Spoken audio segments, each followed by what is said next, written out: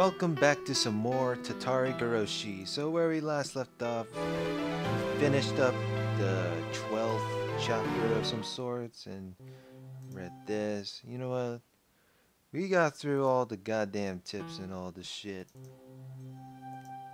So, yeah, from what I remember, Keiichi and Satoko ended up on a bridge. Then all of a sudden, oh, that scene right there, it was pretty sad. And Keiichi plummeted to his fall and somehow, I don't know if he probably died. So, let's continue. This could be the last chapter, maybe?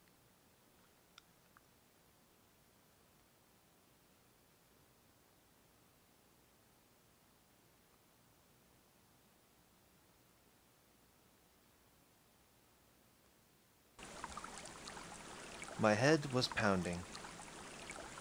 The sky was bright. It was cold too. It hurt. Each sensation I felt led to a new and different one awakening. When I came to, I was lying face first on a dry riverbed. A few body parts hurt a lot. The skin over a bunch of my joints was torn, turned blue or red, or oozing blood. I could tell it was my bones that were in pain from the agony I felt whenever I moved. Well, no kidding, you fell from a fucking high up height from the bridge. Jesus, you're about to die soon. Whenever I moved. Okay, so he didn't die, it's just like he somehow got like severely injured. Moved. I looked up and saw how high the bridge from which I had fallen was. Considering I dropped from there, it was a miracle that I could open my eyes again.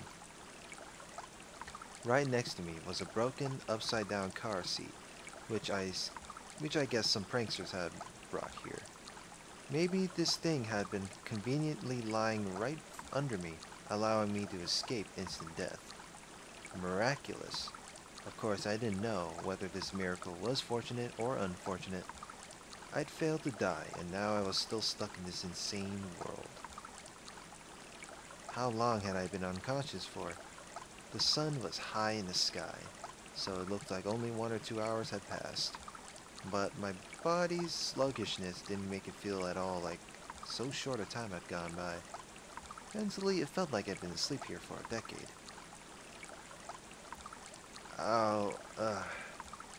The more feeling returned to my body, the more the pain flooded in.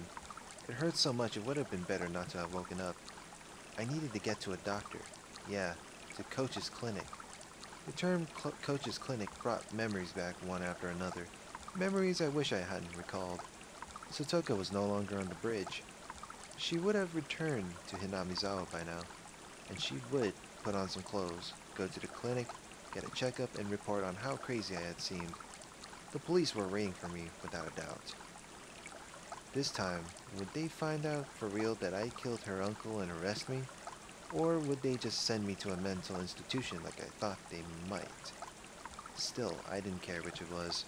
Please, someone stop all this pain. You can boil me or cook me after that, whatever you want. I began to walk unsteadily, just limping along. I went downstream and then through an animal trail like a path in the woods. I walked haphazardly, searching for a path I knew. Eventually, I finally came across a familiar road, and set off towards the clinic. Not to my house, but to the clinic which had treated me like a lunatic. It was hot and humid. There was no wind, and the air was stagnant. For a while now, I've been smelling the terrible stench of burned eggs, and it made my face scrunch up. And then at last, I noticed something. I couldn't hear any cicadas. It was the first time I heard Hinamizawa be so utterly silent. When I thought back, it seemed like birds always chirped in the morning, cicadas always cried loudly in the afternoon, and Higurashi always rose up in chorus in the evening, always something to hear. I couldn't hear a single insect. The only thing I could hear was the rustling of the wind brushing the treetops. I never experienced this sort of quiet before. Even the only sound coming from the trees lacked life somehow. The trees were yellow, and many leaves were spread on the ground. despite it being too early for autumn. Even the weeds that had been growing so persistently at the side of the road had yellowed, browned, and lost their vigor. Only the sunlight itself was of the June Hinamizawa I knew, and yet it seemed like the seasons had switched all of a sudden. Maybe it's part of God's work, I don't know. Looking at the fallen leaves and rotting weeds led me to spot a few small insects turned on their backs. They weren't moving. They were corpses. I looked closer to see insect corpses scattered all around, like a child had collected them as samples and even strewn them about. This stench, what was it? It was terrible, like burned eggs. Combined with all the bug corpses and leaves falling from the trees in summer. Had someone sprayed herbicides or pesticides around here? Even at school, we apparently fumigate. They call it pest disinfection or something, once or twice a year. I hadn't run into anybody, despite how bright it was outside. What if Reina and Mion, run up to him? He's going to get killed. It was mid-afternoon, and yet it felt like I were sauntering about it at midnight. Well, with this smell, nobody would want to be walking around outside. Just what was this, anyway? There was no sound, no noise, not even a breath. Hinamizawa was silent. The school would come into view right after turning this corner, and yet I couldn't hear any commotion at all. None of the shouts or grunts that children always made. It was simply quiet. Just as pretending to ignore the silence had grown intolerable, I saw the school. And finally I heard something. It was the sound of a few trucks. There were a few very tall trucks parked in the schoolyard, idling. About 10 workers in raincoats were unloading things from their trunks. It was hot and humid, even in my casual clothing. I couldn't imagine how unbearable that must have been. And then I remembered. Our school was rented from the Forest Service Field office building, wasn't it? It wasn't strange at all for Forest Service trucks to be doing some kind of work in the schoolyard. Besides, what did forest rangers do anyway? I felt bad for them having to work in such heat and with such a stench about. They were taking colorful cargo out of the truck and lining it up in the schoolyard. They were containers, fairly large ones, inside multicolored patchwork bags. Heavy, too. They were being carried in pairs. Gee, I wonder what's in there. They lined them up very neatly, like tuna at a riverside fish market. Several dozens, hundreds of tuna were completely filling the fairly wide schoolyard up. I forgot my pain for a little while, captivated by this big forest ranger job I'd never seen before. As I stood there, watching in a daze, the people in raincoats working on the other side noticed me. One of them pointed me out, and they shouted a few things back and forth. I thought they might yell at me for getting in their way, so I decided to leave post-haste. But then 2 trucks drove up behind me. I stepped aside and they entered the schoolyard. Sheets covered their trunks, but I could tell they were completely full. As they passed, there was an awful smell that made me want to choke. It wasn't the same burned egg smell as before, but an even worse one, like rotten crab meat. What on earth was it? I had been enshrouded in one terrible stench after another all day. Then, certain white letters emblazoned on the side of the passing trucks caught my eye. Ground Self-Defense Forces. What? Self-Defense Forces? Like the army? Why was the army in the schoolyard? Hey you! Where did you come from? Suddenly, someone slapped me on the shoulders from behind. I turned around and a canopied SDF Jeep was parked there. The SDF person had on a green raincoat and a gas mask. Gas mask? What the hell, gas? Gas mask, like in the movies, carrying a compressed air cylinder. He didn't look normal. There wasn't an inch of exposed skin anywhere. Where did I... Ow, ow. When I tried to talk, I stretched a wound on my head. It made the SDF people exchange glances. I couldn't see their faces through their masks, but they seemed surprised. Do you live in Hinamizawa? Can you tell us your name and address? Well, yeah, I sort of live here. My name is Keiichi Mabara. Oh, and my address, something Hinamizawa Village Shishibone. After seeing me tell them my name and address without hesitation, one of the SDF people watching from the jeep started talking into a radio. Base, do you read? Base, do you read? We have a 402 survivor discovered. I repeat, we have a 402. We found a survivor. He's in front of the Forest Service office. This is base, we copy. Secure the survivor at once. What is his status? Healthy. Wounded all over, but not fatally. He can walk on his own. We'll send him to HQ for safety. I was prepared to go along with the police, but the SDF... I couldn't help but think it seemed a little bit much. They urged me into the back of the jeep, and then they told me to put on this gigantic gas mask. I did so, and one of the troops fiddled around with it, strapping it tightly to me. It was heavy, hard to see out of, hot and difficult to breathe. Just looking at the world through the lenses made it lose its sense of reality. My breathing sounded like some oh God. My breathing sounded like some giant monster through the mask. At this point, I had no idea what was happening. With much trepidation, I asked the trooper adjusting my mask, excuse me, has something happened?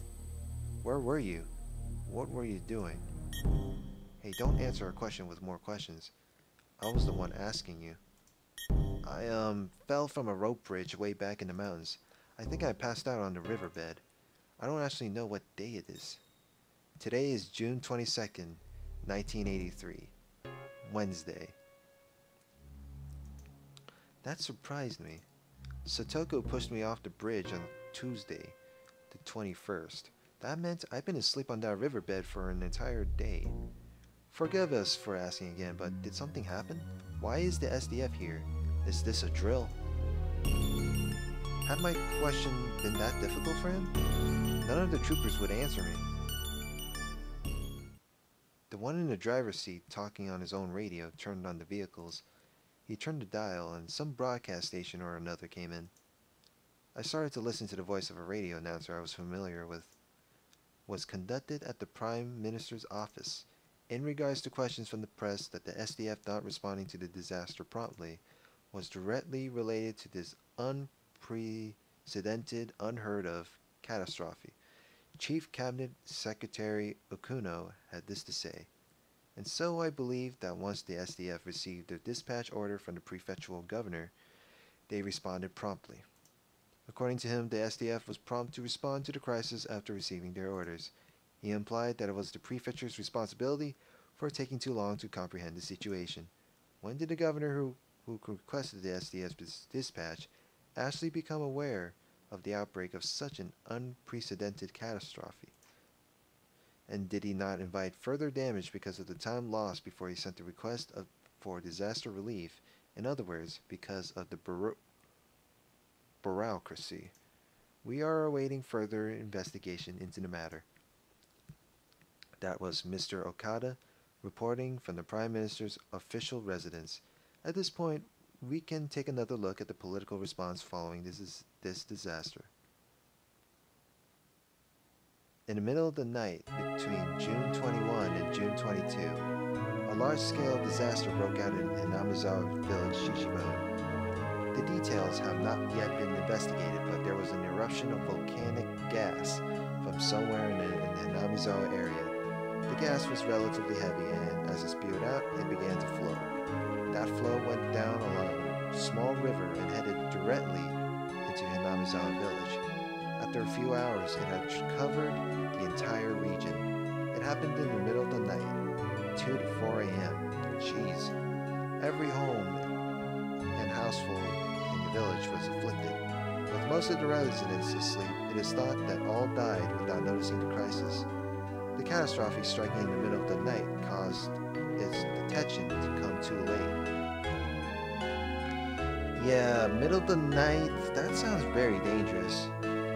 You gotta be very aware or or smell something burning to know what the hell's going on. Cause the attention come too late. But there was still one small opportunity to have noticed it. 3 a.m. A news dealer's shop in Okonomiya sent a vehicle carrying the morning newspaper to his branch office in Hinamizawa. Usually the shop would be contacted upon the vehicle's arrival, but this morning that didn't happen. The news dealer's shop made repeated calls but got no response. The shopkeeper sent his eldest son to check on things, but they lost contact with him as well. It is extremely regrettable. If they had contacted the police or fire department at this point, it is highly possible the situation would have turned out more positively. At the very least, it's possible that a portion of the village might have been saved from tragic annihilation. 6 a.m.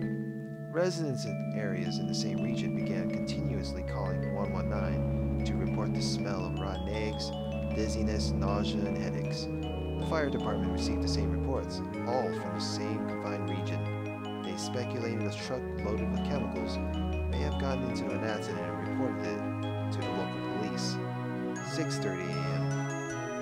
Contact was lost with a patrol car on duty in the Hinamizawa area after the officer reported the smell of rotten eggs. The local police considered the possibility of a large-scale disaster involving highly lethal gas and reported it to the prefecture and prefectural police at 7:15 a.m. 8 a.m. The governor was traveling to nearby prefectures for inspection, so in accordance with regulations, the prefectural environmental disaster prevention chief was provisionally escalated to Director General and set up a disaster countermeasures office. However, without contacting the governor, the countermeasures came too late. As has recently been pointed out by citizens groups, his trip with honorary Diet members to inspect other prefectures was based solely on good relations, and it's rumored they preoccupied themselves with a drinking party. Sources closer to him claimed the governor had been drinking all night and had gone to sleep in a drunken state. He was completely drunk when the environmental chief phoned him as well, and apparently he could not get him to pay any attention to the matter, and so it took about an hour for the governor to sober up, gain an understanding of the situation, and gather information. Though not as extreme as the governor's case, the environmental chief who became Director General in the governor's absence will likely also be questioned about his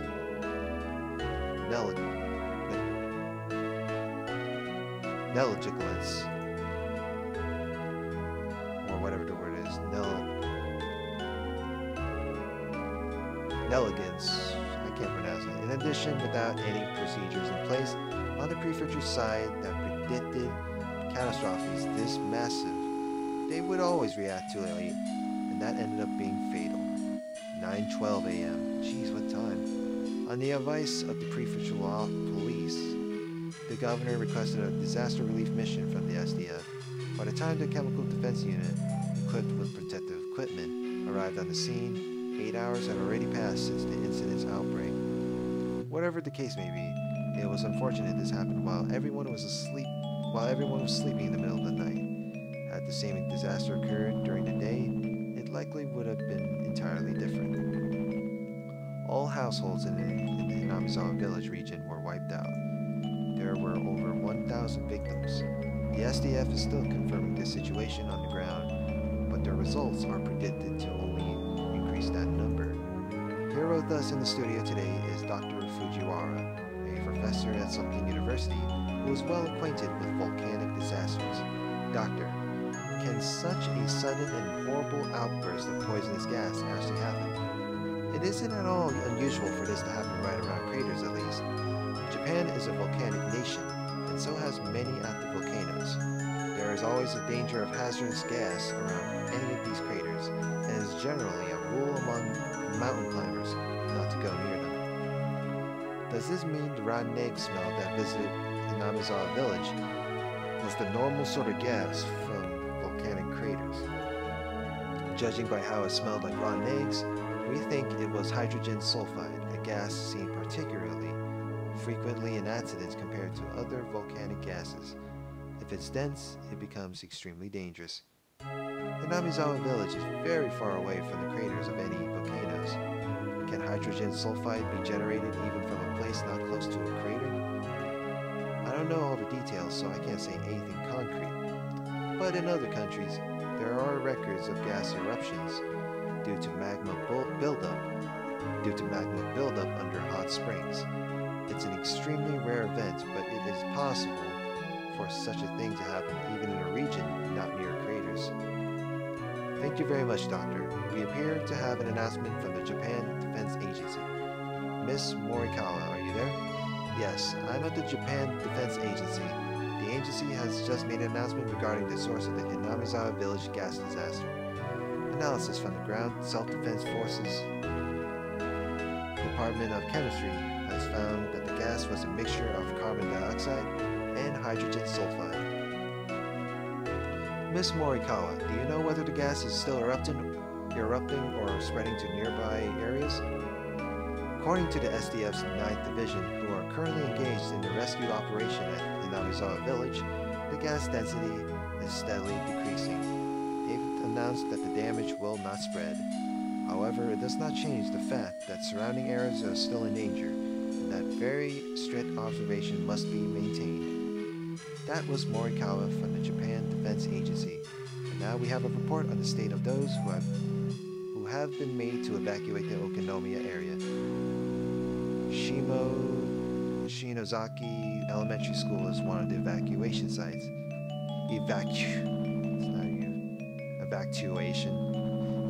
sites, and we currently have a reporter on Buzzine.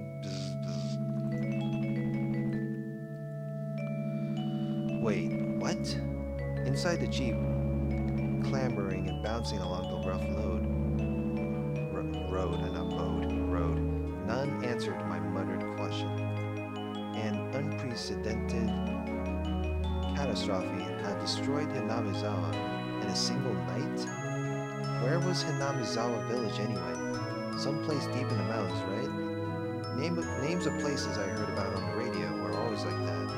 They were all places I never heard of, much less knew the locations of. Wiped out? What does that mean?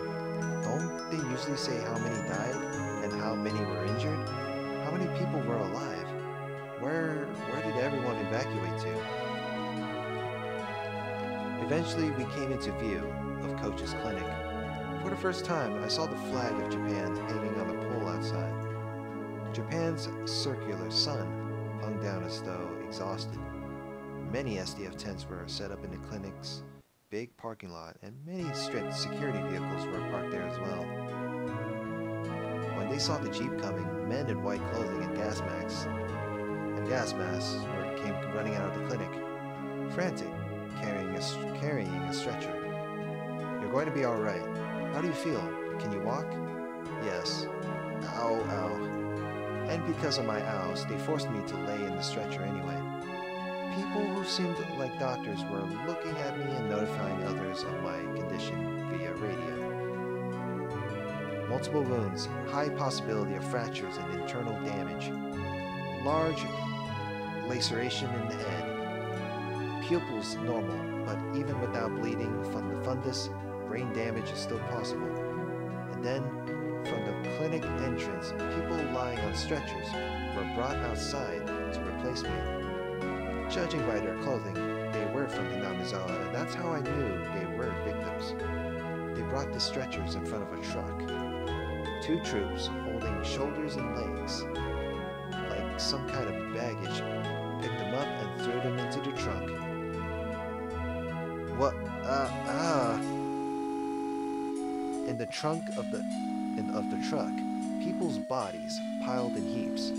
They were just like baggage, and that told me they were already nothing but shells.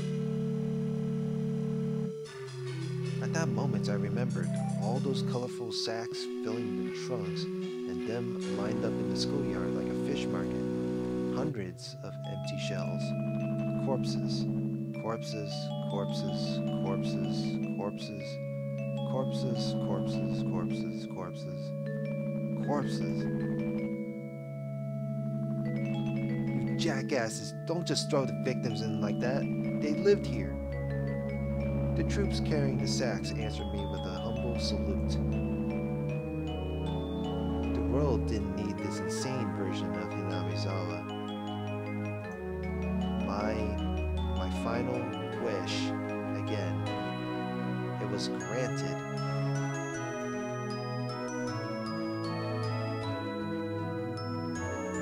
Oh my god. Oh my god. I didn't understand anything anymore. None of it mattered. I wished, I cursed, and then it happened the next day. Then please, tomorrow morning, let me die. That insane night is still going on. Please, please end it already.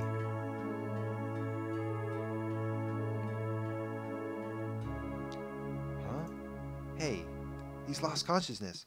Shout his name, quickly. My Barakun, can you hear me? If you can hear me, just blink. My Barakun. My Barakun. My Barakun. Suddenly, the world didn't matter to me anymore. I wasn't interested in their cries. His breathing stopped. Get his respiratory tract open. Use CPR. Make him live. Damn it, damn it. No more dead people. Nobody deserves to die. Don't kill him. Don't kill him. I could hear the voice of a man crying and screaming in my ears. Nobody deserves to die. Those words came from his heart. They were so commonplace. They soaked into my heart too. Maybe it was a mistake to take someone's life, even if it was to save Sotoko. If this is the price I had to pay, this horrible tragedy, then this is a little much, Oyashiro-sama. Why did you never punish me? Come to think of it, Sotoko said something. Oyashiro-sama's actual curse never goes for the target at first, but kills everyone they love before that. Oyashiro-sama's curse. It was a convenient excuse, I told myself at the very end. That it wasn't my curse that destroyed it, but Oyashiro-sama's. Given that, I was in a stretcher. This next bit might have been obvious. But last of all, I realized one thing. Yeah. Today, I had not heard those footsteps following me even once. And now, I was liberated. As the cries of the Higurashi I couldn't have been hearing filled my mind. Their tearful written symbol was the only funeral march I had.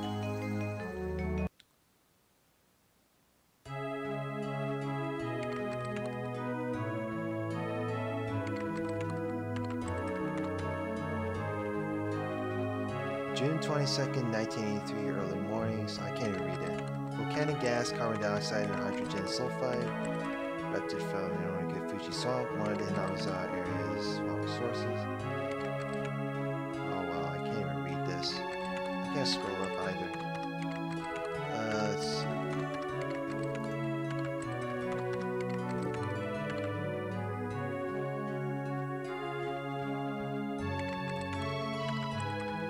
Hot spring recovered directly under Keiichi swamp, and the gas that gushed from it was determined to be the cause of the disaster.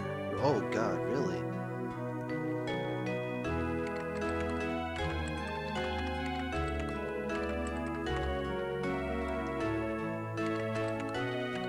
Hinamizawa Village, legends for sparking cave, wave of chaos.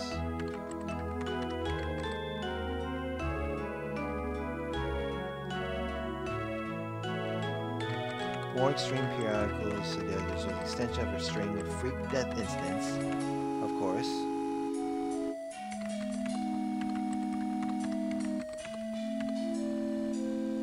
Afterwards, were hospitalized.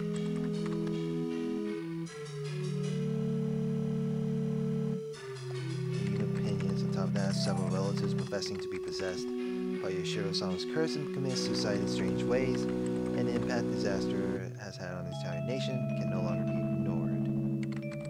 Wild visions of terrible toxic gas sneaking around in the middle of the night, killing people, spilled across the country, causing a steady stream of people complaining of insomnia, difficulty breathing, headache, dizziness, etc. Some who died of themselves of being assessed by it began doing odd things. Most of these were mistakenly attributed by the tabloid press, but afterwards some even began to call mental issues arising from the Hinamizawa tragedy the Hinamizawa syndrome. The Hinamizawa village region, the object of all kinds of rumors and speculation, is currently closed off and even flying overhead is prohibited. Prohibition was at one point undone as a result of a decrease in the gas's density. On autumn, another gas burst was confirmed, leading to the area being cordoned again. Only one survivor remains, Keiichi, my brother, aged something, who lived in Hinamizawa village. Daytime rescue got some trouble, breathing into the fluid bill of his lungs, but as a result of life-saving procedures, he was kept alive. Currently in a general hospital. Interviews are being refused. What did he see in the Hinamizawa village? What happened between June 21st and June 22nd of the village? Today he remains silent, unwilling to speak.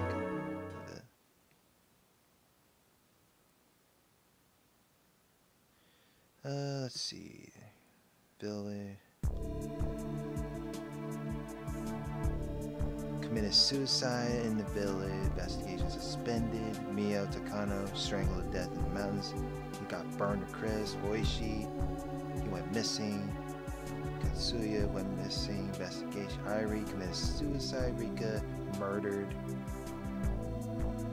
Ryugu died in the disaster. Mion died. Sadazaki. Satoku went missing. Died in an accident. Kiriyoshi died. Shion committed suicide at the victim's hospital. Oh god. Attempted suicide at the victim's hospital. Scenario.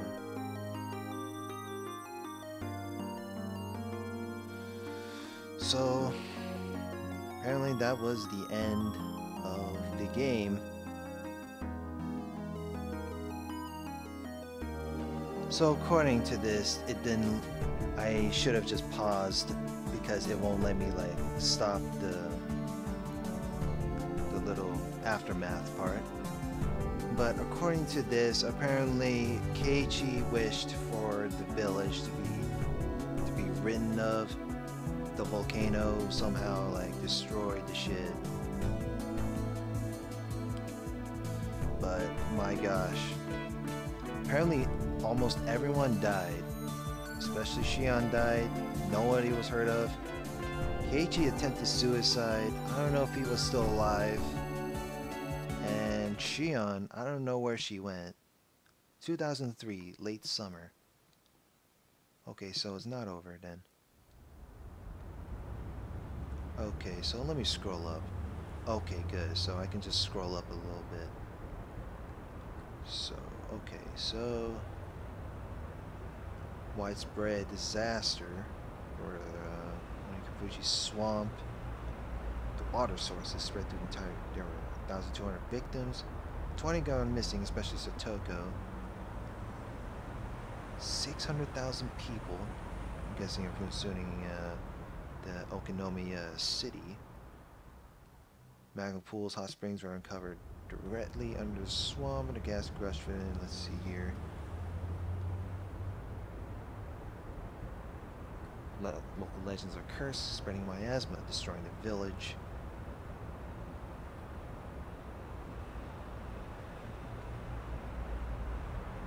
Curse. Yoshiro-sama. Sickness, they were hospitalized. Possessed. I don't want to go to full details. Wild vision, terrible toxic gas. Sticking around in the middle of the night, killing people. If it's a terrible toxic gas, would it be carbon monoxide? Then again, carbon monoxide is like it's extremely hard to smell or feel. So no, it can't be. So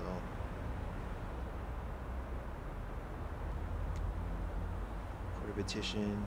So they weren't allowed to fly over it or travel.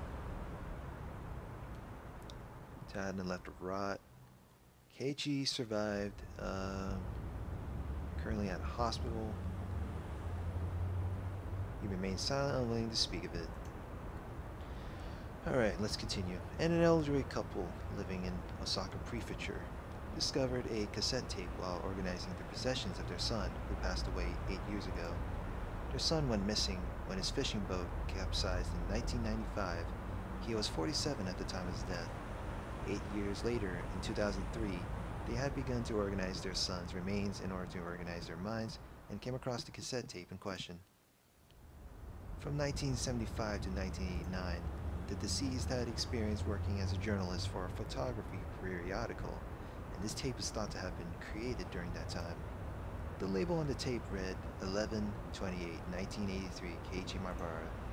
It is thought the tape was recorded during an interview with Keiichi Maibara, the only survivor of the great Hinamizawa disaster that occurred in June of 1983. As the only person who lived through the disaster on the night of June 21st, shrouded in mystery, many interested parties attempted to question him, but he never once spoke physically to anyone in a public place. Therefore, the tape caused quite a stir, possibly being of extremely high value. Ooh, I guess that must be highly valuable then. Click. It's really hard to talk about stuff when I know I'm being recorded. Please, don't worry about it. Here, it won't be a problem if I do this, right? After this, the sound quality dramatically decreases. Did he cover the recording device or something? Then let's get started. Here's my first question. Keiichi-kun, where were you the night of the great disaster? I had gone behind the shrine, then took a path through the woods for a while. There's a rope bridge there. A little while before you get into the mountains. I fell from there and lost consciousness. Did this happen during the night of the disaster between the 21st and the 22nd? No. It was the morning of the 21st, on Tuesday, which means I woke up the afternoon of the next day. I think I was out for a day and a half. Why on earth were you there? I mean, I'm sure everyone wants to know. But the bridge you fell from that day, a weekday, I might add, was quite far from both your house and the school, wasn't it? Speaking frankly, there are some who say you knew of the great disaster beforehand and fell from the rope bridge as you were trying to flee the village. This isn't a joke. Please don't be so arbitrary about this. I think it's a terrible thing to say, too. Please don't be offended. Anyway, about the rope bridge you fell from. It was right here on the map, right? The rope bridge beyond the back of the shrine and through the path in the woods. Probably. I never went over there, so I can't say for sure.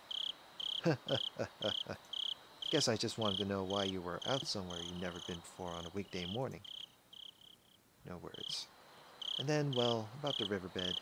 You fell unconscious on. Have you heard the rumors about that being impossible? Impossible. That word. Again. For a little while, Keiichi Maibara mutters the word impossible several times. Why would it be impossible? You know how the volcanic gas originated in the Onikafuchi swamp? Some scholars did some pretty delicate simulations and modeling and discovered something very interesting. The volcanic gas was heavier than the air, so it went along the ground, flowing into lower and lower places, kind of like what water does. And with Onikafuchi swamp as its source, they were able to test how much time it would take for the gas to erupt and spread across the whole village. So, well, that riverbed you were unconscious on, the gas, it would have flowed down there. I don't really understand what you're getting at. In other words, if you were really passed out on that riverbed, you would have been in the middle of all the toxic gas that was spreading everywhere that night. That means there was no chance you could have been passed out there. Allow me to be a little more frank. I think that maybe you might be telling a lie. During the Great Disaster, you were hiding in the safe place, keeping an eye out for when the gas got thinner, then reappeared and were secured by the SDF. How about that? Is that right on the mark? For a short time, the journalist presses Keiichi Maibara further, in a teasing way, but all that can be heard are heavy sighs. Even if that was the case, I wouldn't be surprised at this point. What do you mean you wouldn't be surprised? Was this recording really taken to Keiichi Maibara? Some harbor suspicions. You said it before, didn't you? That it was impossible. Possible things happen in that Hinamizawa all the time. There are people who shouldn't exist. Dead people end up alive. It's not really that unusual. Never thought I, of all people, would be asked to prove that I was still alive when I was supposed to have died. And laughing and went on. Laughing. The journalist and Keiichi Maibara both laughed for a while. To verify his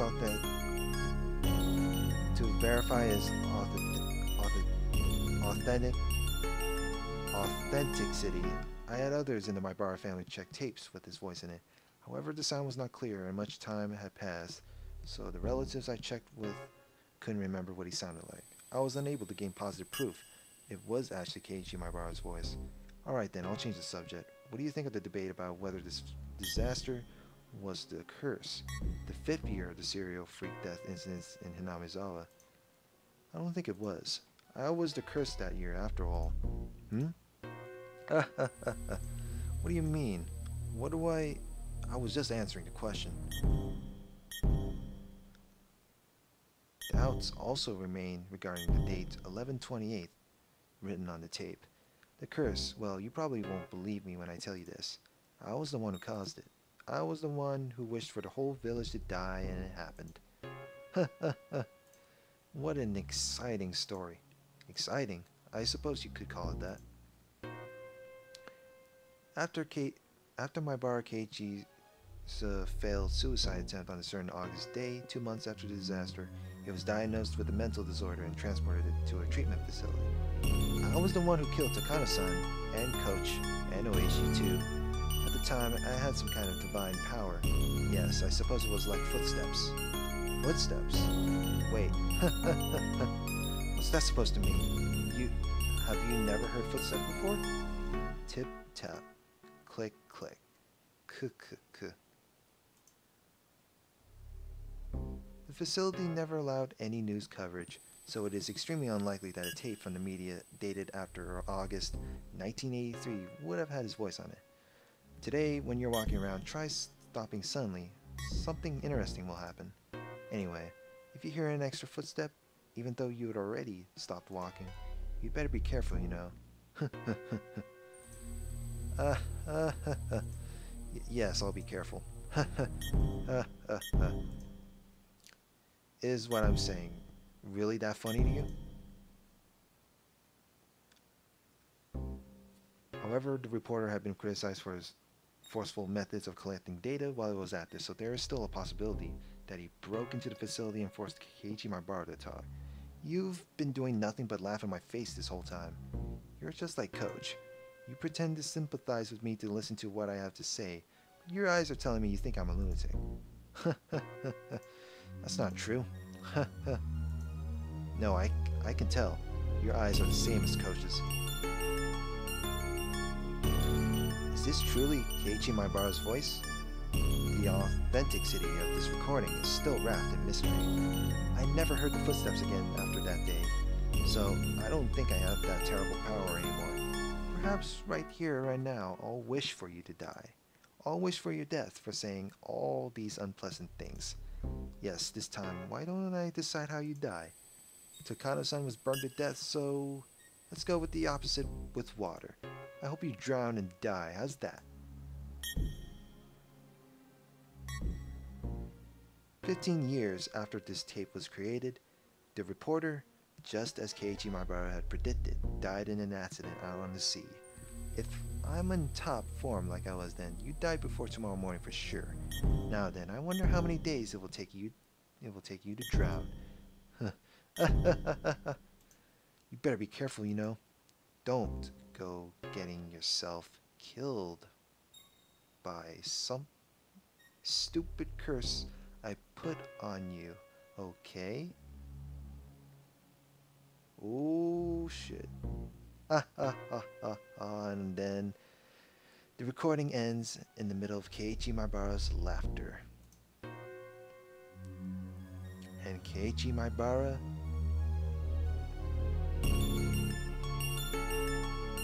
late on the night of 11:30 on November 30, 1983, 2 days after the interview, he suddenly died in a high fever caused unknown. Records remain on the strange words he kept getting after pressing the call button the day before he died. An extra set of footsteps.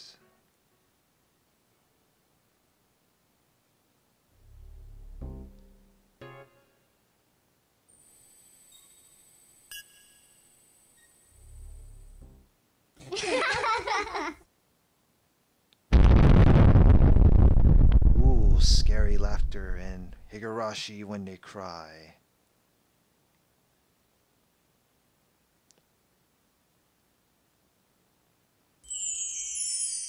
New scenario. A new scenario has been unlocked. All cast review sessions become available. Play it, select extra on the title menu, then all cast review session, then pick the Tatarigoroshi. And that far ends the playthrough of Tatarigoroshi. And you know what? The third chapter was probably the longest yet best playthrough I have ever experienced. And you know what? For this blind playthrough, this is probably so much questions, so much predictions, so much wondering, asking questions. How did Keiichi get... You know what? I'm asking these questions right now. How the hell did Keiichi get possessed? How did these curses happen? Like every time he wishes someone they die, it actually happens. Like, oh my god! Like this guy is he the real Keiichi? I don't know. Like this guy, oh god, how can he do it with such true magic? Anyways, I hope you guys enjoyed this playthrough.